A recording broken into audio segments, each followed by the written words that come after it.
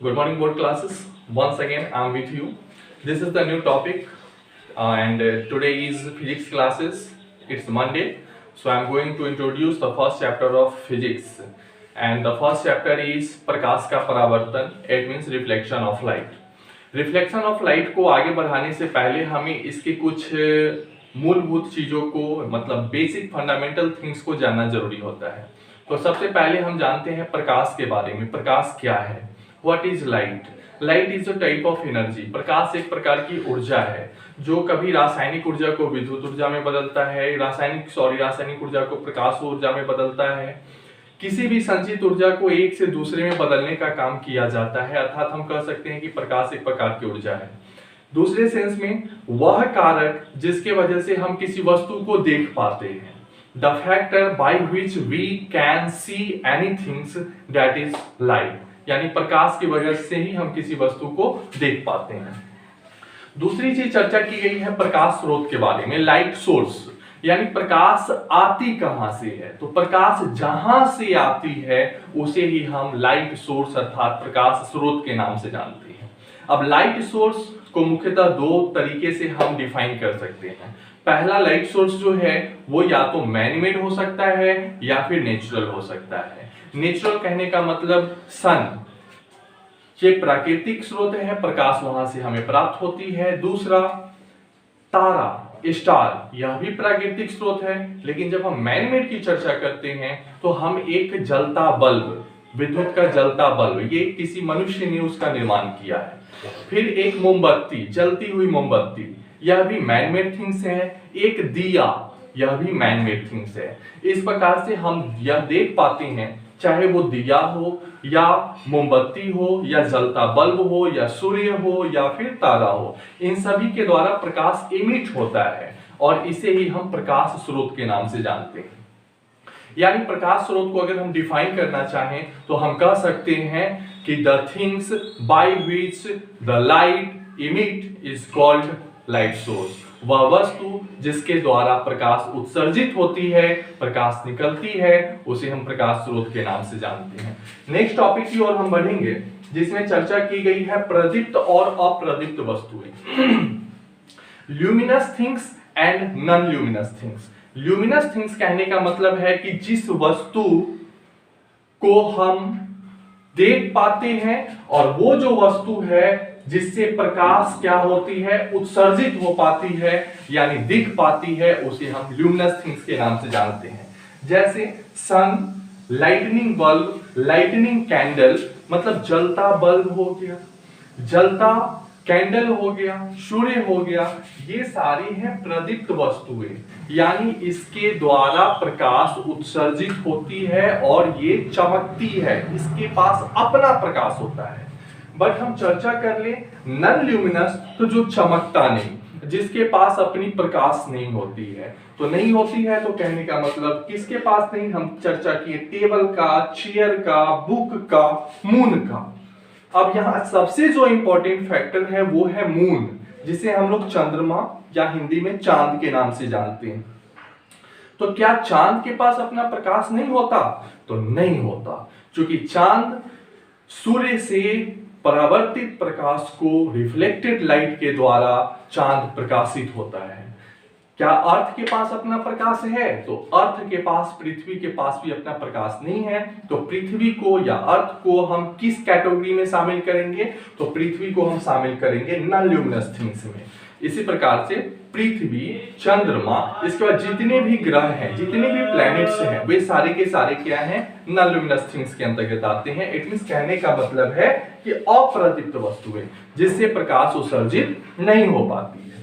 तीसरी चीज जो हम चर्चा किए हैं वो है प्रकीर्णन। प्रकीर्णन को इंग्लिश में हम लोग स्कैटरिंग के नाम से जानते हैं। अब ये स्कैटरिंग है क्या? स्कैटरिंग का सीधा सा मतलब समझना है प्रकाश की किरणों का फैलना, छितराना, स्प्रेड आउट होना। कहने का मतलब कि सूर्य से जो प्रकाश की किरणें आती है तो प्रकाश की किरणों को पृथ्वी तक पहुंचने में बहुत समय लगता है, बहुत दूरी तय करना पड़ता है। तो और इस दोनों के डिस्टेंस के में बहुत से छोटे छोटे ऐसे पार्टिकल्स होते हैं, वो सनलाइट और अर्थ के बीच में आते हैं। तो सनलाइट और अर्थ के बीच में आने वाले प्रकाश के जो कण होते हैं, छोटे छोटे कण, उस पे प्रकाश की किरण पड़ती है। तो ये पार्टिकल्स उस प्रकाश की किरण को, उसकी एनर्जी को ऑब्जर्व करते हैं, और जो बचे हुए होते हैं प्रकाश की किरण, वो क्या हो जाते हैं, वो फैल जाते हैं, आसपास चारों ओर फैल जाते हैं, जिस वजह से हम आसपास की वस्तुओं को भी देख पाते हैं जहां तक सूर्य की प्रकाश नहीं पहुंच पाती है। यहां तक अगर इस मार्कर तक सूर्य की प्रकाश नहीं पहुंची, कमरे में पड़ा हुआ है, इसका मतलब मार्कर तक किसी पार्टिकल पे प्रकाश की किरण पड़ी और वहां से जो फैल जाती है, स्कैटर करती है, उस वजह से हम उसको देख पाते हैं। तो ये एक बड़ा फैक्टर है कि किसी वस्तु को देखने में क्या सहायक होता है। तो प्रकाश का प्रकीर्णन किसी वस्तु को देखने में सहायक होता है, चाहे उस पे प्रकाश की किरण पड़े या ना पड़े। अगली चीज जो हम चर्चा किए हैं वो है प्रकाश की किरण, it means ray of light. तो प्रकाश की किरणों को, ये जो प्रकाश की किरण है, जब यह प्रकाश की किरण एक सीधी रेखा पर चलती है, तो प्रकाश की किरण जब सीधी रेखा पर चलती है तो उसे हम कहते हैं प्रकाश की किरण। सिंपल से कहने का मतलब हुआ, जब प्रकाश किसी टेढ़े मेढ़े रेखा पे न चल के प्रकाश एक सीधी रेखा पे चलती है, तो प्रकाश का सीधी रेखा पे चलना, उसे हम किरण के नाम से जानते हैं। और किरणों के समूह को, a group of ray is called किरण पुंज, it means beam। किरणों के समूह को हम बीम के नाम से या किरण पुंज के नाम से जानते हैं। अब इस किरण पुंज को कितने भागों में बांटा गया है, तो मुख्यतः 3 भागों में बांटा गया है। पहला अपसारी किरण पुंज, दूसरा समांतर किरण पुंज, और तीसरा अभिसारी किरण पुंज। अपसारी कहने का मतलब अप मतलब फैलना, प्रकाश के किरणों का एक बिंदु स्रोत से निकल के फैलते चला जाना, इसे अपसारी किरण पुंज के नाम से जानते हैं। समांतर, ये मैथ्स में भी आप लोग कई बार पढ़े होंगे, जो एक दूसरे के पैरेलल हो, जो कभी एक दूसरे को प्रतिच्छेद नहीं करे। तो प्रकाश की किरण एक दूसरे के पैरेलल अगर जा रही है तो उसे हम कहते हैं समांतर किरण पुंज। और जो तीसरा है वो है अभिसारी किरण पुंज। अभिसारी किरण पुंज कहने का मतलब प्रकाश कई स्रोतों से आ रही, मान लीजिए इस स्रोत से आई, यहां से आई, यहां से आई, यहां से आई, और सभी प्रकाश आते आते आते आते एक छोटे से पॉइंट पे केंद्रित हो जाती है।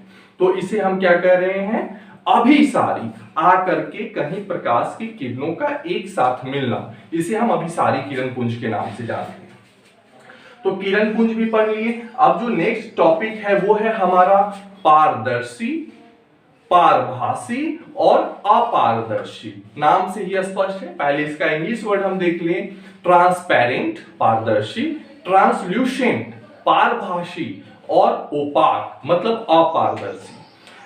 ट्रांसपेरेंट कहने का मतलब पारदर्शी, पार मतलब इस पार से उस पार, अदर्शी कहने का मतलब हम देख पाते हैं, दर्शन कर पाते हैं।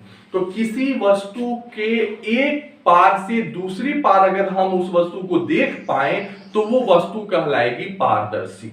हम ले लेते हैं वाटर, पानी। पानी आप गिलास में लीजिए और देखिए तो पानी के गिलास की निचली सतह आपको दिखाई पड़ती है, तो वो क्या हो गया, पारदर्शी। हम ले लिए हवा, यहाँ हवा है लेकिन मुझे दिख नहीं रहा है, फिर भी हम ब्लैक बोर्ड देख पा रहे हैं, हम आपको देख पा रहे हैं, आसपास की वस्तु को देख पा रहे हैं, तो ये पारदर्शी, ट्रांसपेरेंट। हम ले लिए कांच, ग्लास, जिसे हम शीशा कहते हैं। शीशा हम यहाँ रखें और शीशे के आर पार हम देख पाते हैं, तो शीशा क्या हो गया, वो ट्रांसपेरेंट हो गया। अब चर्चा की जा रही है ट्रांसल्यूसेंट। ट्रांसल्यूसेंट मतलब पारभासी, मतलब कुछ अंश ही हम आगे की ओर देख पाते हैं। जैसे कभी कभी बचपन में आपका जो पेपर है वो कभी तेल लग जाता है, तो तेल लग जाने के बाद आप देखते हैं तो इस पेज का अंश दूसरे पेज के अंश से टैली करता है, थोड़ा बहुत वो भी हमें देखने को मिल जाता है। कभी कभी घिसा कांच, कांच जो घिस गया तो उस वजह से हम किसी वस्तु को, दूसरी तरफ की वस्तु को साफ साफ नहीं देख पाते हैं, तो उसे हम क्या कहेंगे, ट्रांसलूसेंट, तो मतलब हम कह सकते हैं घिसा हुआ कांच। फिर हम कह सकते हैं, और एक आध एग्जाम्पल हम दिए हैं आपको, घिसा कांच, तेल लगा कागज, बटर पेपर, घना धुआं और कोहरा, ये सारे कुछ एग्जाम्पल हैं, ये ट्रांसल्यूसेंट की हैं। और तीसरा ओपाक। ओपाक कहने का मतलब है अपारदर्शी, जिसके आर पार हम देख नहीं सकते। जैसे हम ले लीजिए यह किताब है, किताब को अगर हम यहां से अगर देखना चाहें तो इसकी दूसरी तरफ हम नहीं देख पाएंगे, तो ये हो गया ओपाक। हम ले लिए टेबल, ले लिए कुर्सी, ले लिए किसी भी प्रकार का ब्लैक बोर्ड, व्हाइट बोर्ड ले लिए, तो वो हो गया ओपाक। यानी सिंपल सा, वह वस्तु जिसके आर पार हम नहीं देख पाते हैं उसे हम अपारदर्शी के नाम से जानते हैं, यानी ओपाक के नाम से जानते हैं। ये कुछ प्रकाश के परावर्तन को शुरू करने से पहले के कुछ इंपॉर्टेंट टॉपिक थे। अब इसका हम चलते चलते एक डिफिनीशन आपको बता दे रहे हैं, प्रकाश का परावर्तन क्या है।